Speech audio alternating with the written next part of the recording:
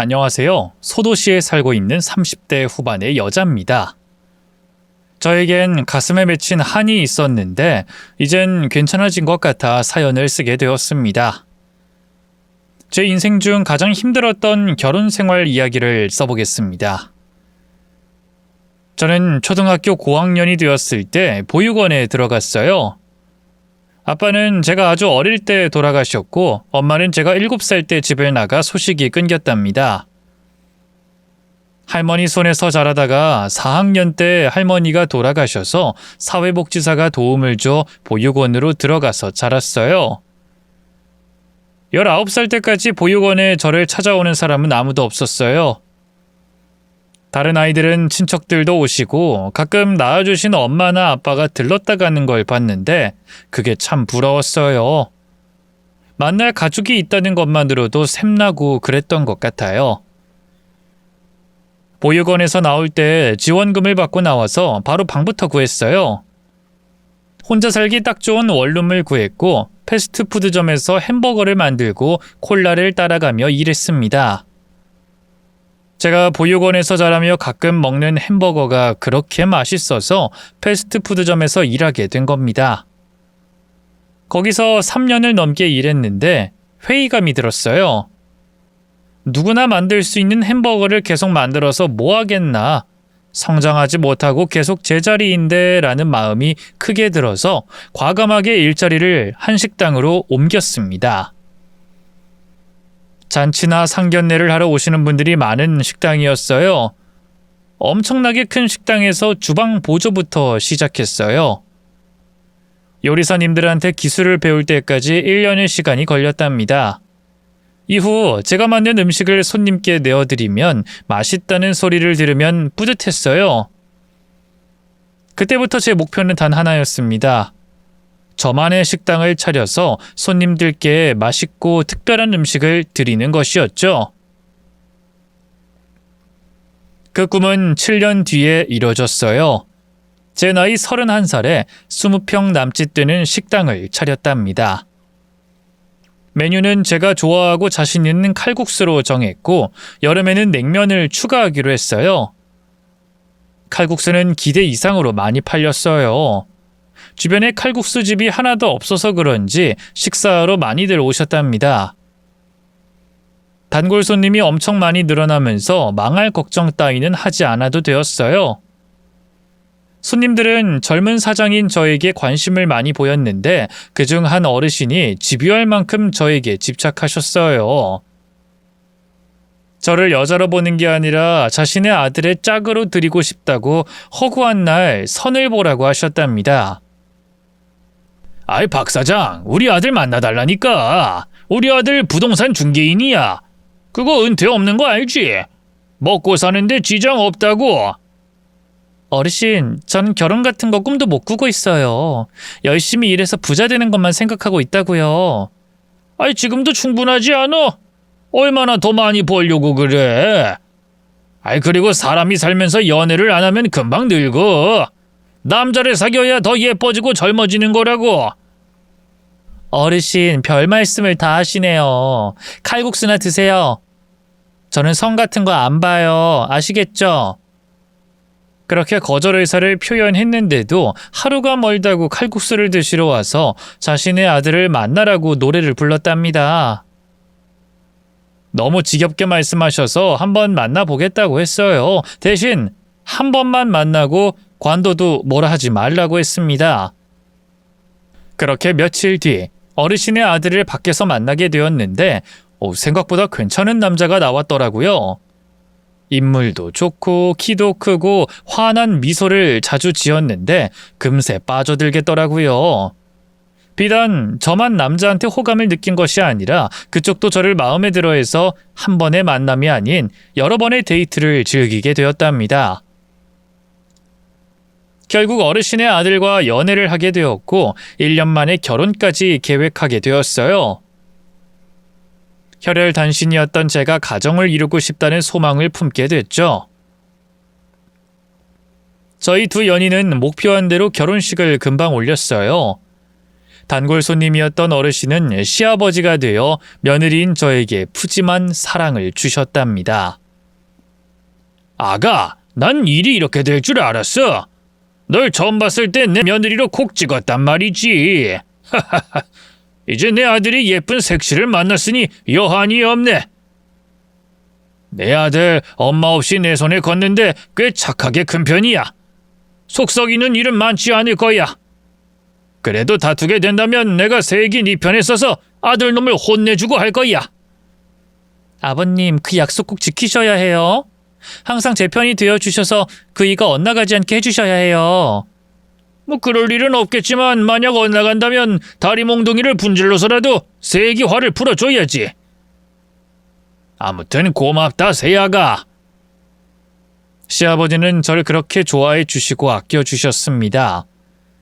결혼 후 남편도 저에게 정말 잘해줬지만 시아버지만큼은 아니었답니다. 신혼집에 오셔서 살림도 해주시고 주방에서 반찬을 만들어 냉장고를 채워주셨고 자주 시장에서 선물도 사다 주셨어요. 돌아가신 시어머니가 얼마나 많은 사랑을 받았을지 온몸으로 느낄 수 있었답니다. 부동산 중개인으로 일하는 남편은 혼자 부동산을 운영했는데 일은 그리 잘 되진 않았어요. 부동산이 넘쳐나는 시대이니 나눠먹기식의 거래를 해서 월급이 많진 않았답니다. 그이는 결혼 1년 뒤에 부동산 거래 말고 다른 쪽으로 눈을 돌렸어요. 미리 부동산이 오를 거라 예상되는 곳에 투자를 하는 일이었죠. 그러니까 확실히 말해 부동산 투기를 했답니다. 어느 날 투기한 부동산이 크게 올랐다면서 큰 돈을 벌었다며 기뻐하는 걸 봤답니다. 여보, 짜잘하게 집 팔아주고 상가 거래해주는 것보다 한 방에 돈 버는 투기가 훨씬 낫네. 나 이쪽으로 나갈까 봐. 그거 불법 아니야? 당신 그러다 큰일 나면 어쩌려고 그래. 그거 하지 마. 괜히 패가 망신할지도 모른다고. 아이, 큰일은 무슨. 큰 손들은 다 이렇게 돈 벌어. 내가 그동안 너무 정직하게 살았던 것 같아. 진작에 투기할 걸 후회가 된다고. 아무리 이익을 크게 봤다 해도 난 찜찜해. 하지 말라면 하지 마. 여보, 이거 걸려도 큰 문제 없어. 이렇게 사는 사람들 많아. 순진하게 정직하게 돈 버는 건 관두고 이렇게 편하게 돈 벌 거야. 나중에 우리 둘한테도 자식이 생길 텐데 돈을 많이 벌어둬서 나쁠 것도 없잖아. 그이가 자식이라는 단어를 꺼내자 저는 가슴이 뛰었어요. 오랫동안 평범한 가정 속에서 살고 싶다는 상상을 해왔는데 이제 아이를 낳고 남편과 꿈을 이루며 살 수 있을 것 같아 기대되어 가슴이 뛰었답니다. 남편의 부동산 투자인지 투기인지 제가 말렸는데 밖을 쏘다니더라고요. 이 일에 심취한 남편은 허름한 동네에 곧 재개발이 될 거라는 소스를 얻자마자 닥치는 대로 부동산을 사들였습니다. 몇 배로 돈을 불릴 기회라고 좋아하면서 저 몰래 대출도 받고 여기저기서 돈을 빌려서 크게 투자했어요. 저에게 말하지 않고 혼자 행동했으니 이 사실을 나중에 알게 되었답니다. 당신 부동산 안 나가? 요즘 출근을 너무 마음대로 하는 거 아니야? 나가서 뭐해. 어차피 손님도 없이 파리만 날릴 텐데. 그렇다고 집에서 이러고만 있을 거야? 여보, 나 할 말 있어. 작년에 부동산 왕창 사들였어. 그 동네가 재개발되면서 완전히 대박 난다고 해서 돈을 여기저기서 끌어모아서 투자했어. 당신 말하는 걸 보니까 결과가 좋지 않구나. 응. 내가 사들인 부동산이 완전 똥값이 됐어. 나 망한 것 같아. 얼마나 투자했길래. 내 돈만 투자한 게 아니라 이 집을 담보로 대출받은 거랑 친구들이랑 지인들한테 몇 억 빌렸어. 뭐? 몇 억을 빌렸다고? 그래서 그 돈들 다 날린 거야? 당신 미쳤어? 이게 꿈이면 좋겠다. 재개발되는 거 믿고 몰빵으로 투자했는데 잘못된 정보였나 봐. 이제 어떡하지? 그이는 부동산 투자를 하며 계속 우상향하다가 한 번에 나락으로 떨어졌습니다. 이 문제로 남편을 심하게 들들 볶았어요. 그이는 빌린 돈을 해결하려고 여러 방법을 모색하다가 결국엔 시아버지한테 손을 벌려서 돈을 갚았답니다. 남편은 모든 걸 정리하면서 부동산도 접었어요. 몇 달 동안 백수로 지내는 남편을 보니 속에서 점점 화가 커졌어요. 한심하게 텔레비전을 보고 과자를 쩝쩝거리며 먹는데 정 떨어지는 게 이런 건가 싶었답니다. 당신 언제까지 이러고 살 거야? 일 안 해? 때가 오면 해야겠지. 당신이 말하는 때가 언젠데. 이러고 논 게 벌써 반년이나 지났어. 제발 좀 정신 차리고 일 좀 해. 빚은 아버님이 다 해결해 줬으니 당신만 정신 차리고 일 다니면 되잖아. 우리 아이 안 가질 거야? 애를 낳아서 뭐하나. 나 하나도 건사 못하는데. 진짜 한심하게 이럴 거야? 남편은 제가 아무리 설득해도 말을 듣지 않았어요. 화를 내보고 회유를 해보기도 했지만 게으름뱅이 고기를 먹었는지 침대에 딱 붙어서 하루 종일 떨어지질 않았습니다. 배우자가 이런 꼴로 지내는 걸 보면 진짜 우라통이 터집니다. 저를 이해할 분들이 많으실 거라 생각하는데 아마 제 속이 어떤지 잘 아실 겁니다. 시아버지한테 여러 번 말씀드려서 해결 좀 해달라고 했더니 어느 날 나를 제대로 잡고 시아버지가 찾아오셨어요. 빗자루로 침대에 자빠져 있는 남편을 사정없이 때렸답니다. 30대 중반인 남편을 그렇게 후려치고 맨발로 쫓아버렸어요. 그이는 매가 들었는지 정신 차리겠다고 바로 약속하고 다짐했습니다. 시아버지가 뭐라도 해보라며 일단 제 식당에 와서 허드렛 일부터 시켜보라고 하셨어요. 저야 남편이 정신만 차릴 거라면 얼마든지 일감을 줄 수 있었으니 당장 식당으로 불러들여 일을 시켰답니다. 손님이 꽉 찬 식당은 항상 설거지감이 넘쳐났으니 남편을 주방에 박아놓고 설거지만 죽어라 시켰습니다. 여보, 내 손을 봐. 주부습진 걸렸어. 설거지 말고 다른 거 좀 시켜줘. 그러게 고무장갑 끼라니까 왜 맨손으로 했어? 고무장갑 끼고 설거지나 해. 이게 우리 식당에서 제일 중요한 일이야. 중요하긴 뭐가 중요해. 고무장갑 끼면 답답해서 못하겠다고. 그리고 나도 칼국수 만드는 거 해보고 싶다고. 그리고 계산대에 앉아서 편하게 계산도 하고 싶고. 사장 남편인데 좀 편하게 가면 안 되냐? 응, 안 돼. 당신은 지금 정신을 맑게 청소해야 하는 상황이야. 설거지만큼 마음 비우기 좋은 일은 없어. 그이는 짜증을 내며 계속해서 설거지를 했어요. 한 달 정도 지나고 나서 다른 일을 시켰어요. 홀에 나가서 서빙하는 걸 시켰답니다. 그런데 남편은 전혀 예상치 못한 모습을 보여줬어요. 나이 든 손님들이 반말로 주문하면 똑같이 반말로 대답했어요. 제가 그러지 말라고 몇 번이나 경고했는데도 어르신들한테 불친절하게 굴었답니다. 반면 젊은 여자들이 손님으로 오면 입이 귀에 걸린 채로 매우 친절하게 받았어요. 저는 남편을 따로 불러서 수십 번 혼내면서 똑같은 손님이니 똑같이 대하라고 일러줬는데 저에게 버럭 화를 냈답니다. 가는 말이 고와야 오는 말이 곱지. 놓친 애들이 반말 찍찍하는 거 졸라 짜증나. 지들이 무슨 벼슬아치라도 돼? 젊은 사람들은 다들 착하게 구니까 나도 똑같이 친절하게 구는 거고. 내가 보기엔 아닌 것 같던데. 여자만 보면 헬렐레하고 나이 든 손님들은 달갑지 않아서 대충 하는 걸로 보이는데. 그리고 여기 노인들이 많이 사는 동네야.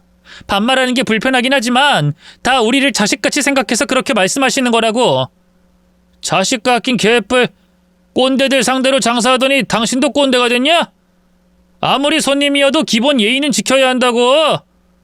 당신이 그렇게 물러터졌으니까 꼰대들이 판치잖아.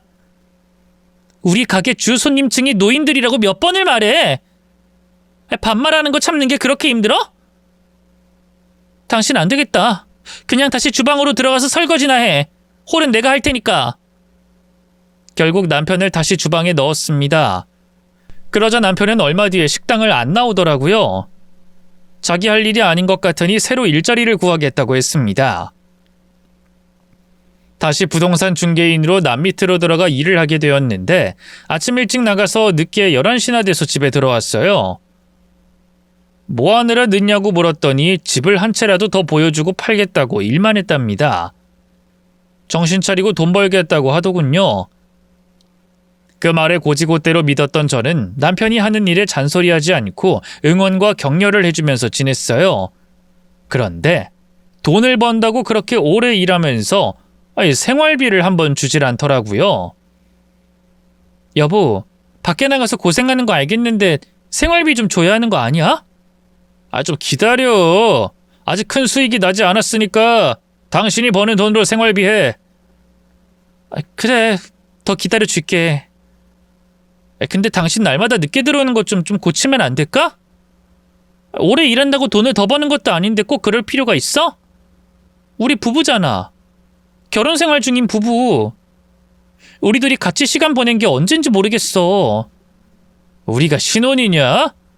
각자의 자리에서 최선을 다하면서 사는 걸 고쳐야 할까? 당신 변해도 너무 많이 변했어. 결혼 초까지는 정말 다정한 애처가더니 투자 망하고부터 계속해서 날 등한시하는 것 같다고. 나 좀 섭섭해? 섭섭할 것도 많다. 알았어, 일하는 시간 좀 줄여볼게. 잔소리 그만하고 잠이나 자자. 그냥 자게? 저는 남편과 부부관계를 한 지 오래된 것 같아 옆구리를 콕 찔렀습니다. 그래도 그이는 저를 거부하지 않았어요. 다른 건 몰라도 부부관계만큼은 매주 건강하게 이뤘답니다. 하지만 남편은 시간이 지날수록 무뚝뚝해졌고 신경질적으로 바뀌었습니다. 하루는 제가 그 일을 위해 칼국수를 포장해서 부동산으로 찾아갔는데 남자 일하는데 어디 여자가 와서 방해를 하느냐고 짜증을 내더라고요. 당신은 내가 아들로 보여? 밥 사와서 사장이랑 직원들한테 잘 부탁한다는 소리를 해? 내가 그렇게 무능해 보여? 누가 그렇대?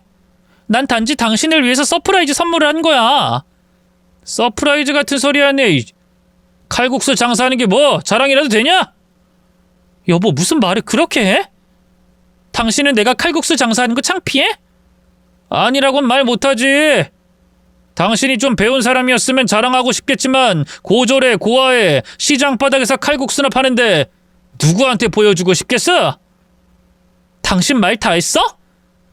내가 이런 사람인 줄 알면서 결혼했으면서 이제와 후회한다는 거야? 말이 나왔으니 다 해보자. 그래, 나 엄청나게 후회해. 당신이랑 사는 거 지겨워. 그냥 헤어지고 싶다고. 진심이야? 그럼 내가 농담하는 걸로 들리냐? 너랑 이혼하고 싶다. 이제 확실하게 알아듣겠냐? 남편은 저에게 씻을 수 없는 상처의 말을 했고 헤어지고 싶다고 말했어요. 화가 난 저는 남편의 따귀를 한 대 날려줬습니다. 이거 봐. 남편을 존중하지 못하고 귀싸대기 날리는 거. 이 무식한 여편네야. 당신 수준이 이 정도밖에 안 돼서 그냥 찢어지고 싶어. 그러니까 이혼해. 저는 칼국수를 포장해서 남편 일터에 간 것뿐인데 이게 이혼을 부를 일인가요? 정말 자존심 상하고 분개해서 집으로 돌아갔습니다. 남편은 저에게 사과하지 않고 도리어 이혼장을 내밀더라고요. 이에 저는 또다시 남편이 말한 대로 무식하게 따귀를 날렸습니다. 속상한 마음으로 집을 뛰쳐나갔고 한동안 식당 쪽방에서 지냈답니다. 마음의 병을 얻어서 그런지 몸도 심하게 아팠어요. 하루 종일 속이 미식거리고 머리가 아파 장사하는데 힘을 쓰지 못하겠더라고요. 그래서 병원 가서 링거라도 맞으려고 찾아가 진찰을 받았는데 제가 임신 중이라고 했어요. 그것도 몇 달이나 됐다고 하더군요. 제가 미련해서 그동안 임신한 것도 모르고 일만 해왔던 것이었죠. 저에게 이혼장을 들이민 남편에게 돌아가 임신 사실을 말했습니다. 그랬더니 남편은 한숨을 연거푸 쉬더니 입을 열었습니다. 임신이라. 딸이라고? 그래, 분홍색이 어울리는 아이라고 했으니 딸이겠지. 여보, 내가 이혼장 내민 거 진심이야. 나 당신이랑 이혼하고 싶어. 뱃속의 아이는 꼭 낳아야겠어? 그냥 낳지 말고 이혼하자. 뭐가 어째? 당신 아이를 임신했다는데 낳지 말고 이혼하자고? 당신 제정신이야? 당신이 사람이야? 아우 짜증나. 아 왜 재수없게 임신해서 내 발목을 붙잡고 그러냐? 아 몰라. 난 이혼하기로 마음 먹었으니까 헤어져. 남편은 임신 사실을 듣고도 그렇게 단호하게 이혼하자고 말했습니다. 너무 화가 나서 시아버지를 찾아가 상황을 전했어요. 그런데 시아버지 입에서 믿기 어려운 대답이 나왔답니다. 세아가 임신했다고? 딸이라고? 네 아버님. 근데 남편이 이혼하자네요. 참 철딱선이 없는 사람이죠. 아버님이 중간에서 좀 도와주세요. 그이가 마음 돌리고 철 좀 들게 혼 좀 내주세요. 세아가 미안하지만 그 아이를 꼭 낳아야겠냐? 뭐라고요? 아버님, 아버님까지 무슨 말씀하시는 거예요? 지금 저더러 아이를 낳지 말라는 거예요? 이 사실은 말이다. 내 아들놈한테 여자가 있다. 아휴, 그 몹쓸 놈이 바람난 여자를 임신시켰는데 지금 만삭이다. 곧 아들을 낳게 된다고 하는구나. 시아버지의 말은 가히 충격적이었습니다. 바람났다고요? 게다가 상간녀가 만삭? 그래, 내 손자가 다음 달이면 나온다는구나. 세아가, 넌 아직 기회가 있잖니? 이 바람난 여자는 곧 출산이고. 그러니 네가. 저는 너무 기가 막혀서 시아버지의 따귀를 날렸습니다. 짝소리가 크게 나면서 시부 얼굴이 시뻘겋게 달아올랐답니다. 아버님, 정말 실망입니다. 상간녀가 임신한 아이가 손자라서 마음이 가는 거예요? 제가 가진 딸아이는 필요 없다는 겁니까? 얘야, 난 이성적으로 판단한 거야. 넌 새 인생을 살 기회가 있잖니. 다른 며느린 방법이 없고. 그러니 네 서방 말대로 해라. 낳지 말자고요? 내 아이를 낳지 말고 이혼하라고요? 아니요, 절대 그렇게 못해요. 아버님이랑 남편 자식이 뭐라 하든 날 버리든 말든 나는 아이를 꼭 낳을 거라고요. 시아버지는 이미 만삭인 상간녀한테 넘어간 모양이더라고요. 그래서 남편 놈이 바람난 여자 집을 어렵게 수소문해서 찾아갔습니다. 남편은 그 집에서 밥을 차려주고 있더군요. 정말 기가 막혔습니다. 당신 밥도 할 줄 알아? 바람난 여자가 아들 가졌다더니 참 가관이다. 여긴 뭐하러 왔어? 우리 끝내기로 했잖아. 그래 끝내. 근데 쉽게 끝나진 않을 거야. 나 보상 제대로 받고 끝낼 테니까 그런 줄 알아. 소송하겠다고? 그래 할 테면 해봐. 너랑 계속 사느니 소송당하는 게 100번 나으니까. 나 진짜 행복을 찾았으니까 소송 따윈 얼마든지 받아줄게. 이 나쁜 개 같은 놈. 저는 남편의 싸대기를 후려쳤고 상간녀를 노려봤습니다. 만삭이라 손을 댈 수 없으니 욕이나 한 사발 해줬네요. 네가 내 남편 꼬신 기집애냐? 유부남이랑 놀아난 것도 모자라 애까지 가졌니? 유부남이긴 해도 이혼하겠다는 마음 먹은 남자여서 걱정 안 하고 만났어. 우리 오빠가 너랑 사는 게 지옥이라고 그러더라. 터진 입이라고 멋대로 말하네. 야, 너 임신만 아니면 내 손에 뒤졌어. 근데 만삭이네? 못 건들겠지? 됐자니 너도 임신이라며? 근데 딸을 임신했다고? 난 시아버지도 좋아하는 아들을 임신해서 환영받았는데 넌 아니지? 정말 혼내주고 싶었지만 건들지 않았습니다. 대신 상간녀 집을 온통 쑥대밭으로 만들었고 남편을 신물나게 패줬답니다. 이젠 저의 편이 하나도 없으니 저 스스로 이 일을 끝내야 했어요. 변호사를 찾아가 이혼 소장을 썼고 2달 뒤 법정에 섰답니다. 이미 상간녀가 아들을 출산했으니 외도와 혼외자를 낳은 것만으로도 제 완벽한 승리였습니다. 위자료와 보상금, 머지않아 태어날 저의 딸의 양육비, 그리고 상간녀 손해배상금까지 모두 뜯어내고 남편과 인연을 끊었습니다. 시아버지가 돈이 많아서 그런지 사는데 조금도 지장이 없었나 봅니다. 소식을 간간히 들었는데 전 시댁 인간들이 잘 먹고 잘 산다는 말을 듣고 속이 여러 번 쓰렸답니다. 저는 딸을 홀로 낳았고 혼자 산후조리원에서 지내고 돌아왔어요. 장사는 직원들이 있으니 저는 육아에 더 많은 시간을 쏟아냈습니다. 시간이 지나 딸이 3살이 되었고 저는 싱글맘으로 여전히 바쁘게 장사와 육아를 하면서 지냈답니다. 이 딸이 커가는 걸 보니 그래도 행복하긴 했어요. 제 배로 낳은 딸 자식은 정말이지 귀하디 귀했고 예쁘고 사랑스러웠습니다. 그런데 얼마 뒤에 생각지도 못한 손님이 찾아왔습니다. 딸이 어린이집에서 돌아와서 식당에서 먼저 퇴근해 집에 왔는데 제 친엄마라는 사람이 왔더군요. 거의 30년 만이었습니다. 내 딸 맞구나. 맞게 찾아왔네. 얼굴은 기억이 나네요. 저를 버리고 떠났던 당신의 얼굴 잊지 않고 있었습니다. 버리다니 그렇지 않아. 사정이 있어서 네 아빠랑 헤어진 거야. 나 한순간도 널 잊은 적이 없다. 근데 이제야 찾아와요? 나 7살 때부터 보육원에서 자랐어요. 한 번이라도 날 찾아왔더라면 지금 당신을 보고 웃었을 겁니다. 친모는 과거의 죄를 씻고 저와 다시 모녀지간으로 지내고 싶다고 말하더군요. 미안하다 딸. 나의 딸 미안해. 이 엄마가 그때 너무 어렸어. 내 형편이 좋아지면 데려오려고 했는데 그런 날은 오지 않더구나. 그런 말은 핑계일 뿐이에요. 나가세요. 이젠 볼 일 없습니다. 딸, 이 엄마를 용서해줘. 너도 자식 낳아서 알 거 아니야. 어미가 자식을 얼마나 사랑하는지. 내가 못나서 잘못을 저질렀지만 이제라도 바로잡고 싶어. 딸, 너에게 엄마로 남고 싶어. 날 받아줘. 됐으니까 나가세요. 난 부모고 형제고 아무도 없으니까 나가세요. 친모를 그렇게 쫓아냈더니 다음날 식당으로 와서 빌었고 집에도 계속 찾아와서 울고불며 매달렸습니다.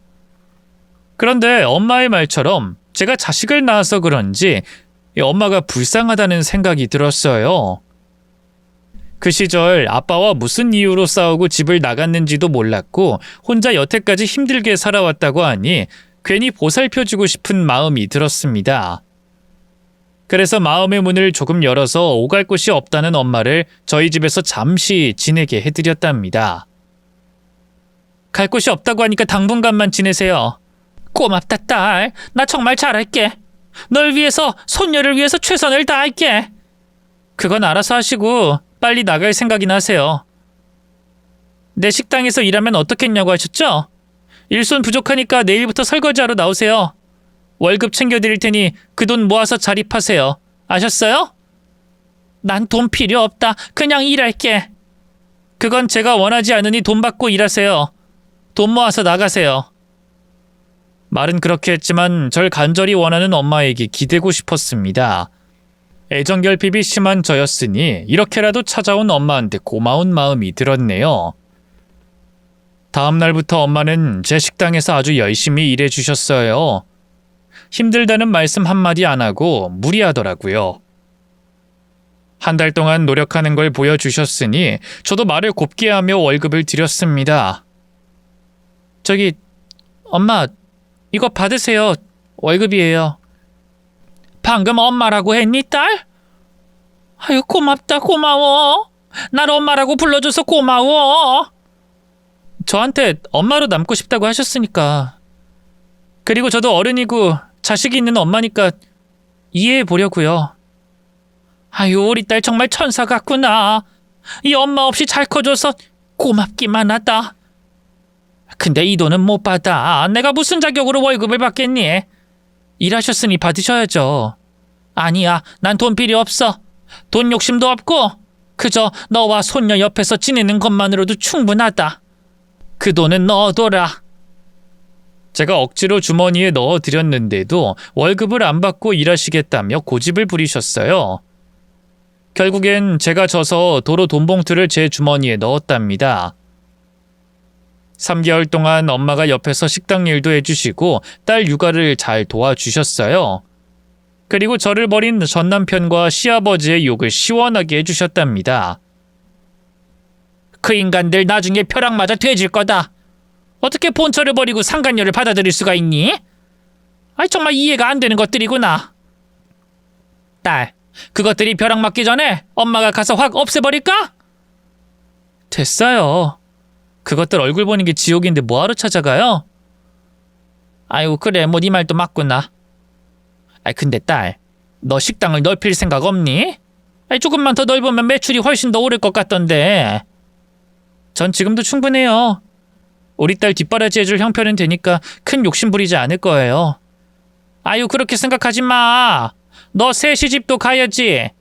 아이, 능력도 좋은데 왜 혼자 애를 키우려고 해? 네 시댁 인간들 보란듯이 성공해야지. 엄마 친구가 부동산 하는데 이 근처 상가를 꽉 잡고 있어.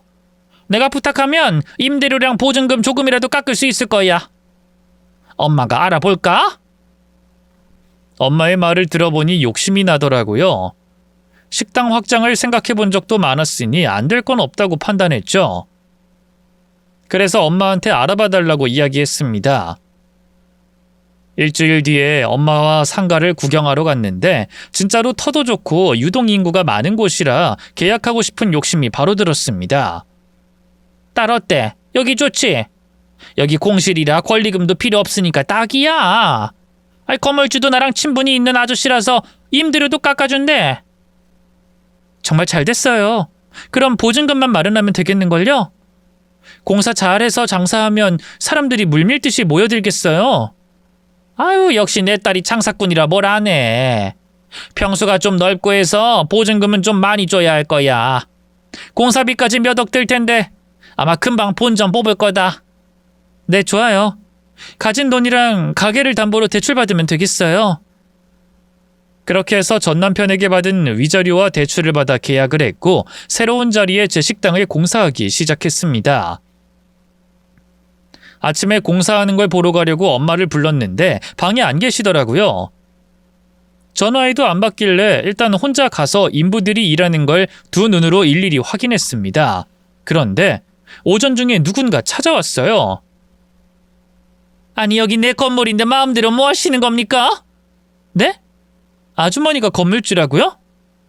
저 얼마 전에 건물주 60대 남자분한테 계약했는데요. 무슨 소리야? 여긴 내 건물이고 난 가족이 없어. 그럴 리가요. 분명히 여기 건물 대장을 확인했고 계약서도 썼다고요. 보여드릴까요? 제가 꺼낸 계약서를 본 건물주는 혀를 차며 사기당한 거라고 일러주더라고요. 아이, 색시가 당했네. 이런 사람은 난 몰라. 그럴싸하게 만들어서 계약해서 돈 빼먹은 모양이네. 안 됐지만 여기서 나가줘야겠어. 여기 1층은 내가 마트를 차릴 거거든. 정말 사기라는 거예요? 저 사기당한 거 맞아요? 건물주는 진짜 건물대장을 보여주며 자기가 주인이라는 걸 확인시켜줬습니다. 저는 얼른 엄마한테 전화를 걸었는데 이번엔 없는 번호라고 떴습니다. 믿고 싶지 않았지만 친모한테 사기를 당한 것이었어요. 그날 경찰서에 찾아가 사기를 친 엄마를 고소했습니다. 빨리 잡혀야 제 돈을 찾을 수 있으니 마음이 조급했답니다. 하지만 몇 달이 지나도록 친모의 소식은 아무도 몰랐습니다. 한편 식당을 운영하며 직원들 월급에 월세에 대출한 돈을 갚아가며 지내보니 빚만 더 늘어났습니다. 언제 엄마가 잡힐지도 모르고 돈을 찾을 수 있을지도 모르니 가게를 접기로 결정했습니다. 가게를 사겠다는 사람이 나와서 얼른 팔아넘기고 대출받은 돈을 갚았어요. 이제 남은 건 딸과 둘이 사는 전셋집이 전부였습니다. 그나마 빚이 없어져서 다행이긴 했지만 앞으로가 문제였어요. 딸은 하루하루 빨리 크고 있으니 엄마로서 책임을 지려면 돈을 벌어야만 했답니다. 그래서 식당 종업원으로 취직했어요. 국밥집이었는데 손님이 아주 많은 곳이었죠. 거기서 절 아는 사람들을 여러 번 마주쳤습니다. 제 칼국수집 단골들이 가게 망한 걸 알고 위로를 많이 해주셨죠. 그러다 전 시부와도 마주쳤습니다. 아이, 새아가! 아버님, 너 왜 여기에 있냐? 말하자면 길어요. 아버님, 모른 척 하시고 주문하세요. 아이고 무슨 일이 있던 거야? 얘 세아가 너 형편이 어렵냐? 말하자면 길다니까요. 빨리 주문하세요 아버님. 전 시부는 주문을 하고 식사를 하는데 시선이 저에게서 떨어지지 않았습니다. 제 사정을 아는 식당 사장님이 전 시부한테 미주알고주알 알려줘서 다 들키고 말았답니다. 친모가 나타나서 네 돈을 털어갔다고? 아이 사기를 쳤단 말이냐? 아이 세상에 그런 부모가 있을 수 있냐? 그렇게 됐어요. 식사 다 하셨으면 나가보세요. 아이 세아가 내가 널 좀 도와주고 싶구나. 너 식당 되찾을 수 있게 도와주마. 저는 자존심 챙길 때가 아니니 그 말을 덥석 물었습니다. 정말요? 그래. 이 못난 시애비였는데 도움이라도 줘야지. 그럼 받을게요. 언제 주실래요? 내 집에 들러라. 모레쯤 와. 네, 그럴게요. 아참, 네 딸은 잘 크냐? 아버님, 제 딸 이야기는 하지 마시죠. 아버님 손녀로 인정해 주신 것도 아니고 저더러 낳지 말라고 하셨던 거 잊으셨어요? 아이 미안하구나. 모자란 꼰대라서 이 모양이다. 여하튼 모레 들려라. 도와주마. 저는 사사로운 감정은 접고 돈을 받으러 가기로 마음먹었습니다. 이틀 뒤 혼자 가려고 했는데 주말이었고 딸을 봐줄 사람이 없어 딸의 손을 잡고 전시댁으로 향했어요.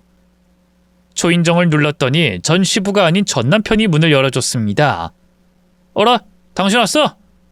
아 맞다. 아버지가 당신 이야기하던데 애미한테 사기당했다고?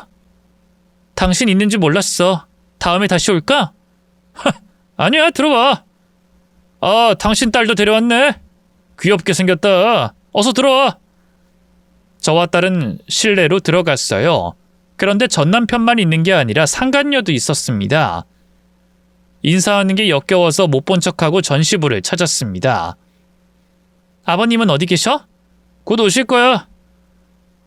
근데 당신 애 키우기 힘든 상황이야? 당신 딸 꽤 귀엽네. 애기는 내가 잘 키울 테니까 두고 갈래? 농담이라도 그런 소리 하지 마. 내 딸에 대해 한마디만 떠면 주둥이 갈아버릴 거야. 무섭게 왜 그래? 알았어, 농담 안 할게. 거실에서 앉아 조용히 있는데 딸은 여기가 어디냐고 계속 물었어요. 저는 아무 데도 아니고 곧 나갈 거라고 둘러댔습니다. 이윽고 전 시부가 상간녀 아들의 손을 잡고 들어오더군요. 그날 식구들이 다 모이기로 했나 보더라고요. 전 시부한테 바로 용건을 말하려는데 화가 잔뜩 난 전 시부가 전 남편 부부에게 소리를 고래고래 질렀습니다. 야 이것들아! 이게 무슨 일이야? 내 손자 혈액형이 왜 B형이야? 검사 받으러 갔더니 B형이라는데 어떻게 된 일이야? 니들 둘 다 O형이잖아. 아버지 그럼 안 되는 거예요? 혈액형이 다를 수도 있는 거 아닌가? 이 등신 같은 놈아! 이 화상아! 아무것도 모르는 저 멍충이를 어떻게 해야 좋을 것! 새며느리 네가 말해봐라. 어떻게 된 일이야 이게? 내 손자 누구 아들이야? 전 시부가 버럭 화를 내자 상간녀는 고개를 숙이고 아무 대답도 못하더라고요. 당장 말해라. 내 손자가 누구의 아이인지. 죄송해요. 저도 낳고 나서 알았어요. 원나잇한 남자가 있었는데 그 남자 애긴가 봐요. 뭐라? 그럼 넌 알고 있었고 우리를 속였다는 거네? 널 가만두지 않겠어! 상간녀는 전 남편의 아이가 아닌 다른 남자의 아이를 낳은 사실이 들통나 사시나무처럼 벌벌 떨기 시작했어요. 전 남편은 지 아들이 확실한 게 아니냐고 물었고 상간녀가 고개를 끄덕이자 바로 뺨따기를 날렸습니다. 저는 딸의 눈을 가려주었고 관전자로 상간녀가 맞는 걸 구경했답니다. 이 여자가 다른 놈 자식을 낳고 나랑 산 거야? 이 넋 빠진 여자야. 내가 몇 년을 키웠는데 아들이 내 아들이 아니라는 거야? 여보 미안해. 나도 낳고 나서 알았어. 혈액형 검사하고 아닌 걸 알았다고. 그때라도 말했으면 내 호적에 안 올렸을 거 아니야? 너 어떻게 책임질 거야? 내 인생 어떻게 책임질 거냐고? 여보 그냥 한 번만 덮어주면 안 될까? 우리 아들이 보고 있잖아. 손찌검하지 말고 대화로 하자. 누가 내 아들이라는 거야 이씨. 네 자식이지 내 자식이냐? 닥치고 처맞기나 이 사기꾼아. 저는 이 싸움이 끝나지 않고 계속 이어지길 바랬습니다. 전 시부는 거실 바닥에 주저앉아 한숨만 거듭 쉴 뿐 아무 말도 하지 않으셨답니다. 한참 전 남편이 상간녀를 후디려 패고 나서 상간녀를 내쫓았습니다. 야, 나가! 나가라고, 이 기집애야! 너 집에 가서 짐 싸서 나가! 네 아들 데리고 사라지라고! 여보, 한 번만 봐주면 안 돼? 나 갈 곳이 없는데 어딜 가라는 거야? 내 알 바냐? 그리고 내가 봐준다고 해서 다른 놈 아들이 내 아들이 되는 거야? 너 사기 결혼으로 고소해버릴 거야. 상간녀는 두드려 맞고 지 아들을 데리고 전시댁에서 나갔습니다. 상기된 전 시부자는 한참 동안 괴로운 표정을 짓고 있었어요. 저는 빨리 용건을 말하고 돈을 받고 돌아가고 싶었습니다. 그래서 침묵을 깼습니다. 아버님, 저 도와주신다고 했잖아요. 얼른 주실 거 주세요. 아차, 세아가 네가 있었지? 미안하다. 알면 얼른 주세요. 세아가, 너도 방금 어떤 일이 일어났는지 봤지? 우리 집안의 핏줄은 네 딸이 유일하다. 저는 어처구니가 없었습니다. 제 딸을 거들떠보지도 않던 두 부자가 갑자기 사랑스러운 눈을 하며 딸을 보길래 불쾌했어요. 세아가, 내가 도와줄게. 당연히 도와줘야지. 대신 우리 집안의 식구로 다시 들어와라. 저기 손녀야, 내가 네 하랩이다. 이리 와서 한번 안아줘라. 아버지 지금 뭐 하세요? 제가 아빠니까 먼저 안아야죠. 딸내미, 내가 아빠다. 이리 와서 안아줘. 두 부자는 참 큰 걸 바라더군요.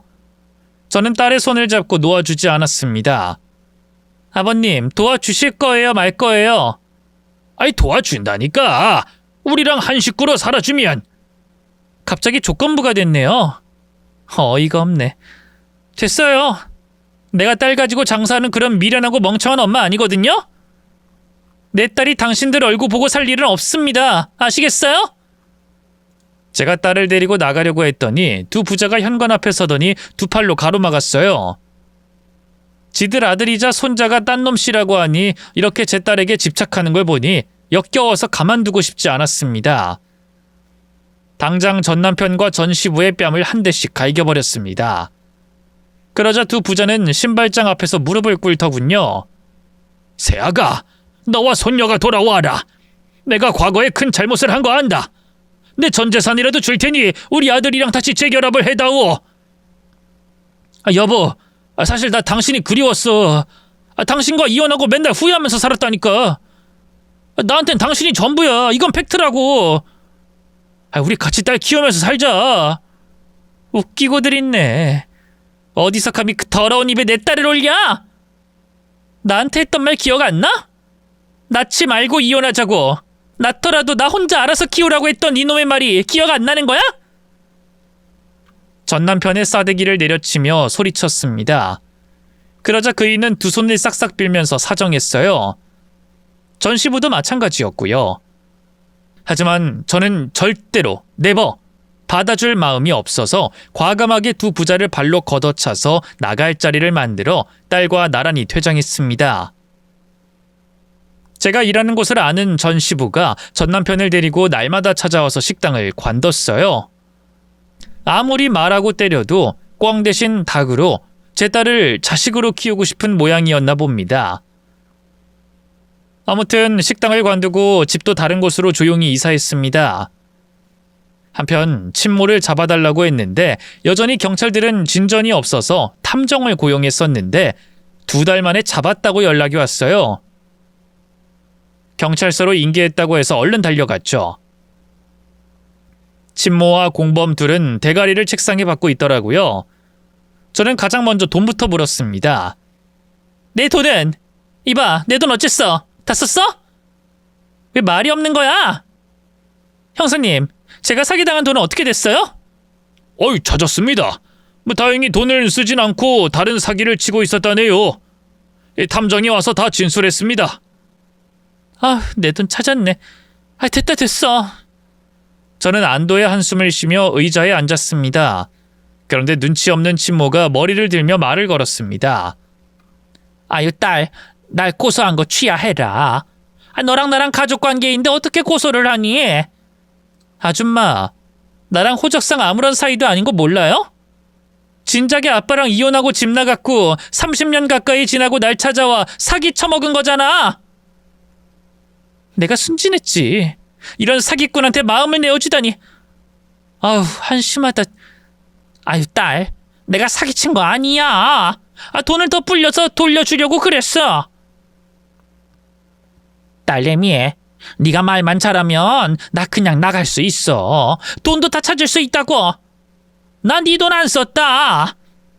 돈까지 날렸으면 당신은 지금 이렇게 말하지도 못했어. 내가 씹어먹었을 테니까. 아줌마, 내가 불쌍하지도 않아? 보육원에서 자라서 고생하며 살았고 전 남편한테 배신까지 당했는데 사기를 쳐먹고 싶었어? 야, 원래 사람은 혼자 사는 거야. 불쌍하긴 뭐가 불쌍하냐? 이혼이 뭐 그리 대단하다고. 그리고 사기 아니고 투자라니까. 네 돈 주려고 했다고. 몇 배로 불려서 주려고 했단 말이야. 그러니까 경찰한테 말 좀 잘해봐. 그 순간 전 말보다 주먹이 앞섰습니다.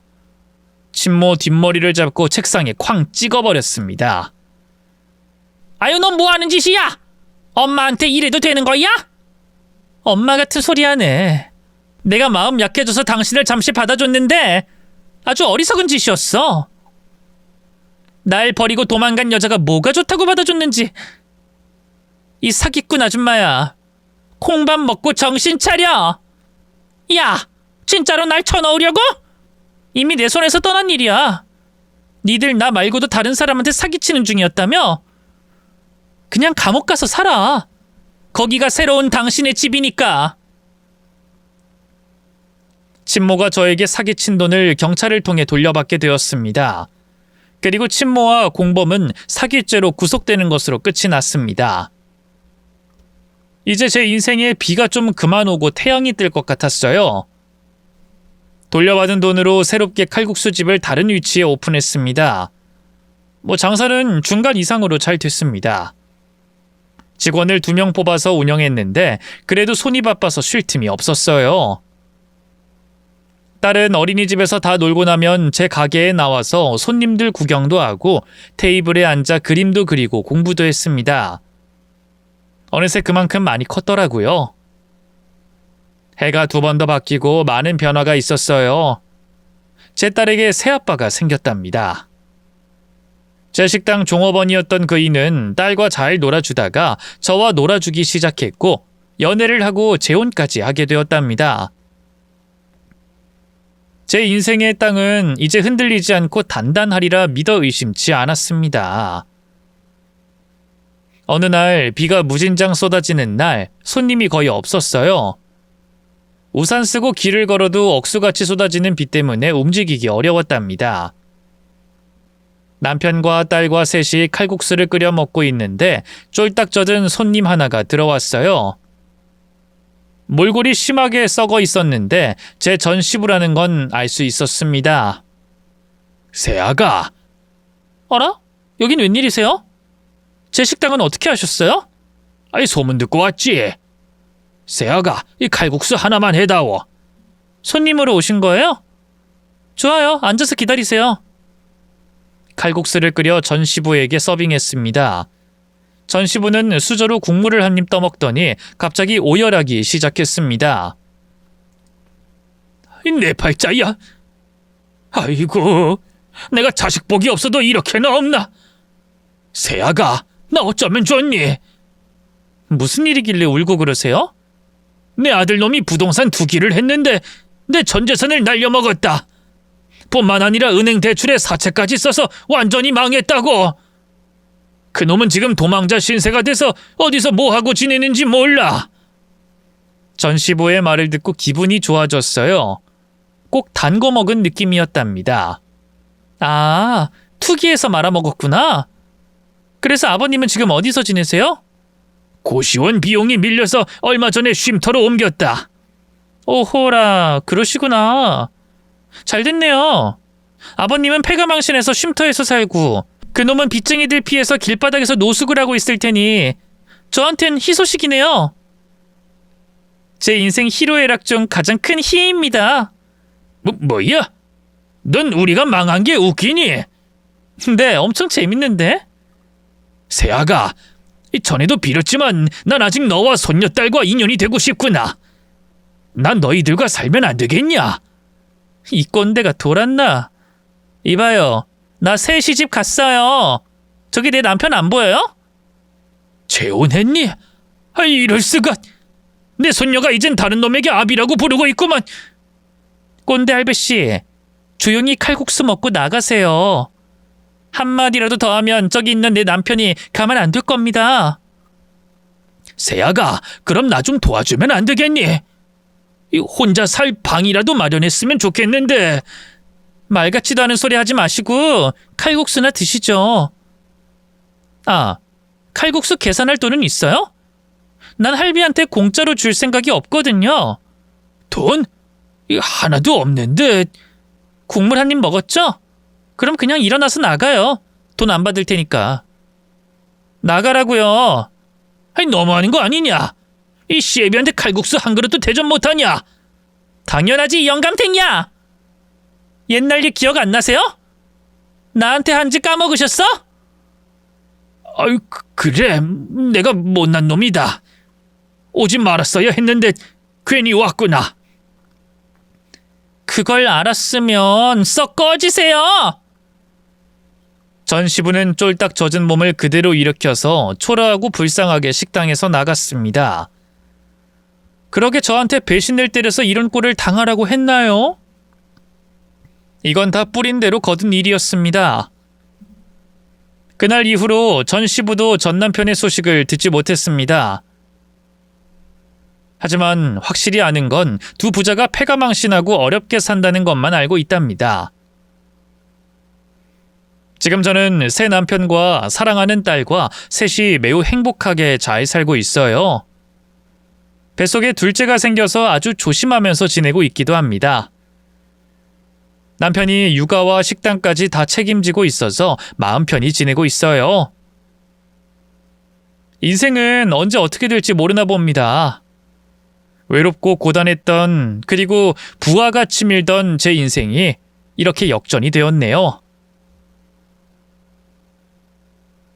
지금 힘든 상황에 처해진 분들이 계시다면 제 사연으로 작은 위로와 힘을 받으셨으면 좋겠습니다.